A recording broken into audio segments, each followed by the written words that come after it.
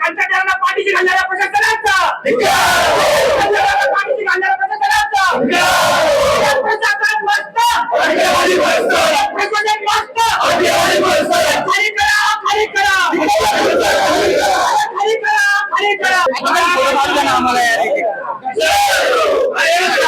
करायचं काय अशी अंतर करायचं काय करायचं काय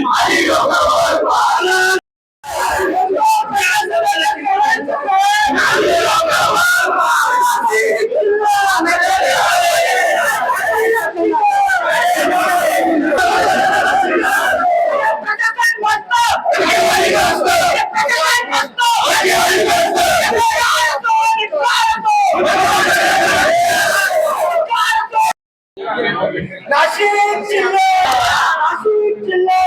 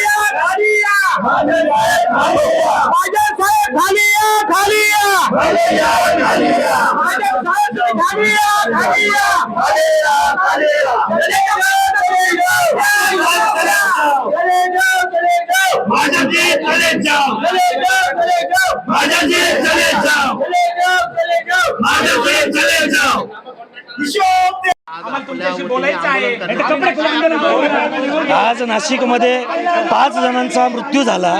या प्रशासनाला गेल्या आम्ही अर्ध्या पाऊण तासापासून आंदोलन करतोय, पण यांना जनतेची काही पर्वा पडलेली नाही। बरं, फक्त 5 जणांचा ॲक्सिडेंट हा मुद्दा नाही आहे। आज जर तुम्ही प्रत्येक हॉस्पिटलमध्ये गेलात तर कित्येक जण अपघात होऊन ॲडमिट आहेत, मोठे मोठे ऑपरेशन झाले। आणि आत्ता इथे बोलत असताना एक फोटो आला आहे 15 मिनिटांआधी, त्याचा हे बघा, हा आत्ता झालेला अपघात आहे।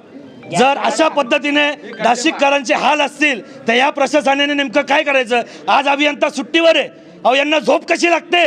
इथं लोक मरतायत रस्त्यावरती, आज सुट्टीवर जातात लोक। आमची एकच मागणी आहे, ज्या कंत्राटदाराला हे काम दिलंय त्याच्यावर सदोष मनुष्यवधाचा गुन्हा दाखल झाला पाहिजे आणि तो ब्लॅकलिस्टेड कायमचा झाला पाहिजे। आणि या सगळ्या विषयामध्ये जे जे कोणी दोषी असतील त्या प्रत्येक अधिकाऱ्यावरती मोठी कारवाई झाली पाहिजे। आणि टक्केवारीच्या सरकारला एक गोष्ट सांगतो, आज तुम्ही टक्के घेऊन आराम करतायत, एकही आमदार या विषयावरती वाच्य फोडायला तयार नाही, महापौर नाही, उपमहापौर नाही, आयुक्त नाही, कोणी मुळीच नाही. आज कोणालाही या गोष्टीवरती बोलायला वेळ नाही, हे नाही घडलं पाहिजे. जोपर्यंत ठेकेदारावर गुन्हा होत नाही आम्ही आज झोपून आंदोलन करतोय, प्रशासन झोपलंय म्हणून.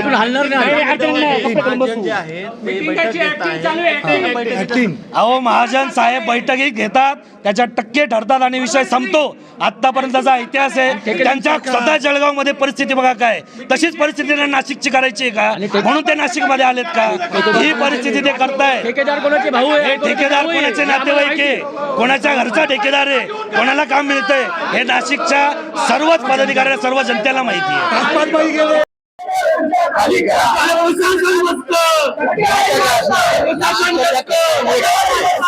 सहा महिन्यापासून कंत्राट दिलेले कंत्राटदारांना त्यांनी रस्ते फोडून ठेवले. 6 महिन्यापासून ते नाशिकचे रस्ते त्यांचे बळी जात आहे. कितीतरी लोकांचे फुटे गेलेले. अधिकाऱ्यांना याची जाणीव नाही का?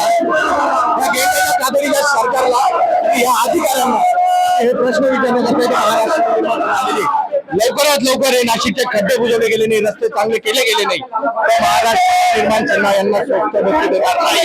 आम्ही जर लवकरात लवकर रस्ते चांगले झाले रस्त्यावर पण फिरून आम्ही देणार नाही. त्यांना जाब विचारणार आम्ही. कुंभमेळ्यानिमित्त जे कामं केले गेलेले काय होतंय, मोठा निधी येतोय